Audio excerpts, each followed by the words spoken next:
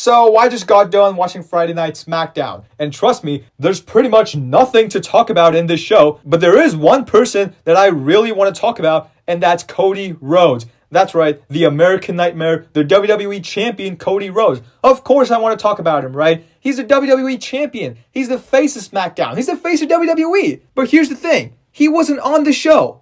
Yeah, Cody Rhodes was not on the show. And this is not something new. Cody Rhodes has been missing SmackDown after SmackDown after SmackDown. When Cody Rhodes beat Roman Reigns, everybody thought we were finally in for a full-time champion. Because we were bored of a champion that was showing up only once a month and, defending his title once in 3 months. But that's pretty much the same thing Cody Rhodes is doing right now. By the way, excuse me if I sound very weird on this video. You see, I'm actually very sick right now. I have a sore throat. But here I am, still recording this video. You see, that's commitment right there. That is commitment, which Cody Rhodes has not been showing at all. Now, obviously, I'm joking around here, right? I know Cody Rhodes is kind of a workhorse champion. He's always everywhere. His face is always everywhere, representing the company. He's always traveling and doing all of that stuff. But here's the thing. I respect that, all right? I really do. And I really do like Cody Rhodes. I think he's great. But my problem is that how can you expect me as a fan to care about the fact that Cody Rhodes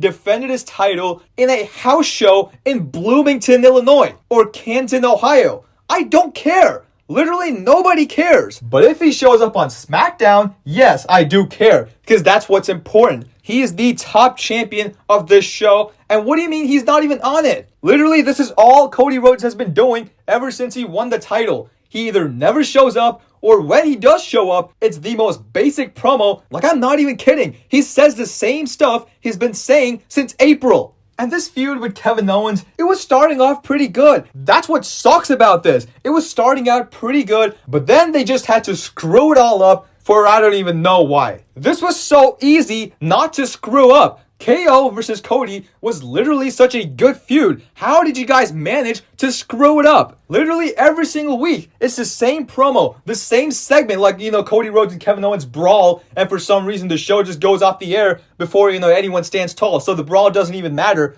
It's literally the same shit every single week. Why? And let's talk about this feud, alright? Cody Rhodes has not done anything in this rivalry. He has not done anything. All he does is barely show up, and when he does show up, the only thing he does is say, I can be vicious when I want to be. After all, I am the student of the Viper Randy Orton, who you crossed the line with. I am Dusty's kid, by the way. Like, shut the fuck up! We've heard this ever since you won the title in April. It's literally the same stuff in every single feud. It's sickening. It's really sickening, man. Because he's the WWE champion, for God's sake. And not only is he a WWE champion, he's the WWE champion that the fans were clamoring for 2 years. This is what I hate about Triple H, dude. He knows Cody's popularity is going to be solid even though he books him like crap. So he puts absolutely zero effort into booking Cody Rhodes because he knows every single time Cody Rhodes goes out there, the crowd is going to sing along to Adrenaline in my soul, and they're going to go, whoa, every single entrance. He knows Cody's popularity is going to be good no matter what, and he's going to get a cheap reaction from him every single time instead of actually coming up with good stuff. Anyways, yeah, I guess that's enough for ranting about Cody Rhodes. He's not even on the show, so who cares, right? Let's move on to the actual show, which was a garbage episode of Friday Night SmackDown as usual. So the show kicked off with Kevin Owens being interviewed by Joe Testicle because Kevin Owens was mad that Joe Testicle only interviewed Cody Rhodes last week and not him. Oh, okay, that's cool. But did KO actually say something important in this?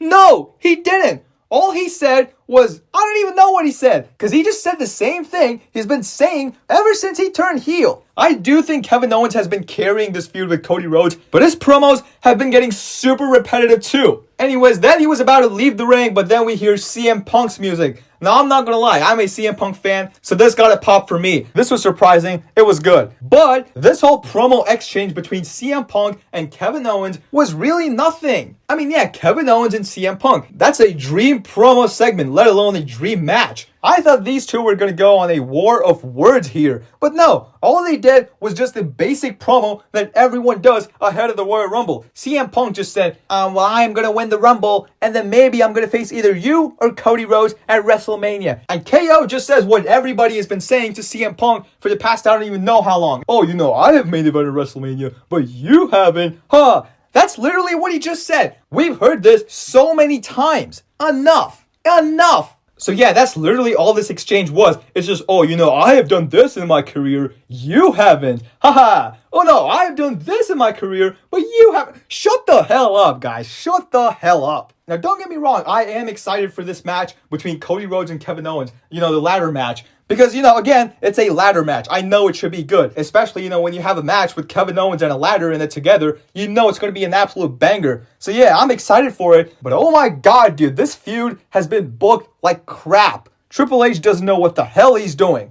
You know what? Screw this, man. This was absolutely nothing. Let's just get to the Rumble already. But unfortunately, I gotta make content. So let's talk about the entire show. Then we got Jimmy Uso versus Carmelo Hayes. Now, I said this in my last review. I'm going to say it again. I think Jimmy Uso is actually better than Jey Uso. I'm actually starting to like him better. And I mean it, I totally mean it. I'm not trying to diss on Jey Uso just because, I've been dissing on him on the channel for the past I don't even know how long. No, I genuinely like Jimmy Uso. I think he's great in the ring. And even this match with Carmelo Hayes was pretty good. It was decent, all right? I enjoyed it. And as much as I do like Jimmy Uso getting, TV time, getting his minutes in the ring, there's literally no reason why he should have beaten Carmelo Hayes. What are you guys even doing with Carmelo Hayes on your roster, huh? What? All he does is brag about being a first-round draft pick and then lose a match and go to Nick Aldis' office and cry about losing the match and then, get himself into a new match, which he ends up losing again. Like, this is the cycle we've been stuck on ever since April when Carmelo debuted on the main roster. Hell, this guy should be the US champion right now, not Shinsuke Jobber-Mura.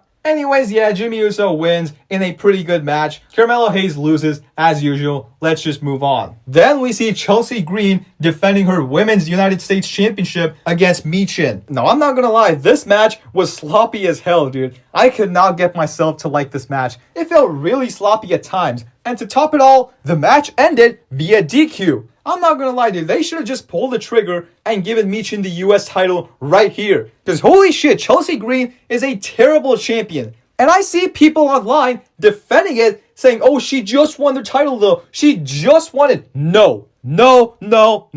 She didn't just win it. She won it a month and a half ago. Many title reigns don't even last that long. You Bloodline brain-rotted quarantine fans don't know shit. And you can't comprehend a title reign being longer than 6 months. And especially because Chelsea Green is not even the type of character that, should be holding on to a title for a long time. No, like it or not, she's just like a comedy character. So yeah, you gave her the title. Okay, yeah, that's good and everything. We had her fun. Now let her drop it to someone that can actually defend the title and bring meaning to the title. But who am I kidding, right? This is the Triple H era, where every storyline needs to have a 2-year build-up. Then we see Damian Priest, who says the same stuff that everybody says on the road to the Royal Rumble. Oh, I'm going to toss over 29 other men, and I'm going to punch my ticket to WrestleMania. So yeah, that's pretty much all he said. And then we get Jacob Fatu interrupting Damian Priest. And I didn't even know why Jacob Fatu was here. This has nothing to do with him. So he just cuts a basic promo.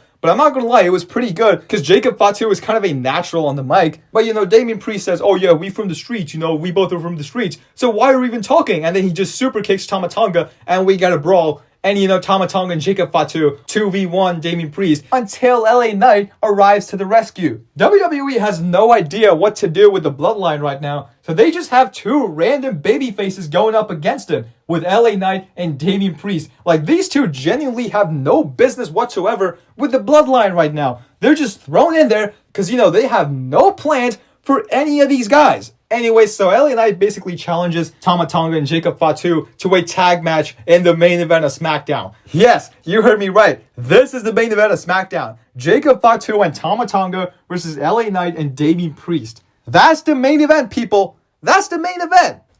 Dude, let's just move on. Then we get DIY and Pretty Deadly versus Motor City Machine Guns and Legado del Fantasma. But anyways, this match was genuinely good. I absolutely did not care about this match, but I'm not gonna lie, every single wrestler in here is genuinely great in the ring. And this was a pretty chaotic and good match. It was enjoyable, alright? It was pretty good. But then again, I don't give a fuck about whatever story they're telling with DIY and Pretty Deadly, dude. It sucks. It just sucks. I'm sorry. And the story they're telling with DIY and Motor City Machine Guns isn't any good either. Like, this story has so much potential with, Johnny Gargano and Big Shell, Alex Shelley, having a lot of history together, They can actually tell that story, but they're barely doing that. All we're getting is these pointless stuff with Pretty Deadly for some reason. Anyways, in the end, Tommaso Ciampa accidentally kicks one of the Pretty Deadly boys, so they just leave the match, which allows Big Sabe to take advantage and roll up Ciampa to get the win. So yeah, this was a pretty decent match, pretty enjoyable. Let's move on. Then we got Naomi versus Liv Morgan. Again, a pretty decent match, pretty enjoyable. Raquel Rodriguez tried to get involved, but she got whooped by Bianca Belair. Naomi took advantage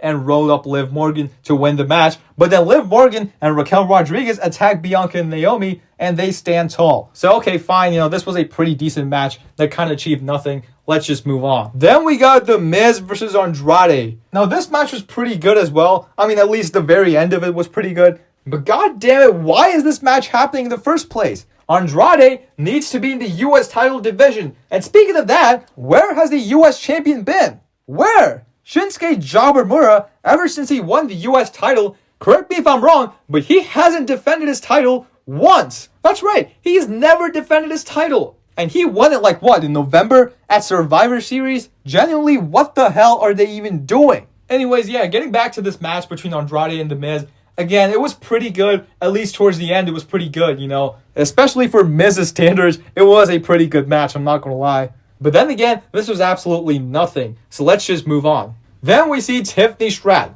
who again, just like last week, says whatever you would expect her to say. Oh, it's always Tiffy time. It's Tiffy time. It's Tiffy time. Whatever. And then we see Candice LeRae, and she says Nia Jax is looking for payback on Tiffany Stratton. Wow, it only took you this long, huh? So you're telling me that after Nia Jax lost her title to Tiffany Stratton, her first instinct was to go after Rhea Ripley, the Women's World Champion, for a Monday Night Raw, and then fail at that, and then start looking for revenge against Tiffany Stratton? Like, how does that make any sense whatsoever? And just when I thought this show couldn't get any worse, Nia Jax shows up, and she basically just beats up Tiffany Stratton. So that's kind of it, that's it. That's all for this segment. It was really nothing. Well, actually, I guess it was kind of something, but it just doesn't make sense, It makes no sense. Anyways, let's move on to the main event. LA Knight and Damian Priest versus Jacob Fatu and Tama Tonga. Now, this match was okay. It was pretty decent. Again, I'm not complaining about the actual wrestling on the show. It's just that these matches make no sense. And it's clear as day that it's just filler garbage. So I can't possibly get myself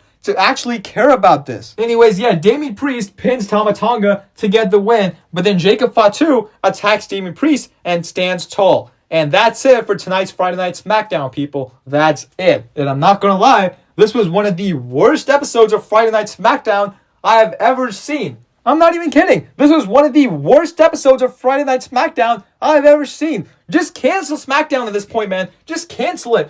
Because I'm not even kidding. If you didn't watch the past 5 Friday Night SmackDowns, you wouldn't miss a thing. You wouldn't miss a thing. It's just the same recycled bullshit that does a terrible job at building up the Royal Rumble. Now, here's the thing about the Royal Rumble. I am actually very excited for the Royal Rumble PLE. Because here's the thing, not only is the star power crazy, we also have no idea who's going to win, So it's pretty exciting, but I feel like WWE is taking advantage of it. Like, they know we're going to be excited for the Rumble no matter what. So they're putting absolutely zero effort into actually having good segments and good matches on SmackDown to build up to the Rumble. It's sickening, and it needs to stop. Triple H, this needs to stop. And it needs to stop at the Royal Rumble. I swear to God, dude, Royal Rumble needs to be a good show. Because if it's not, we're going to have a big problem, dude. Trust me, we're going to have a big problem. Anyways, that is it for today's video, guys. Thank you so much for watching. I'll see y'all next time. Peace out.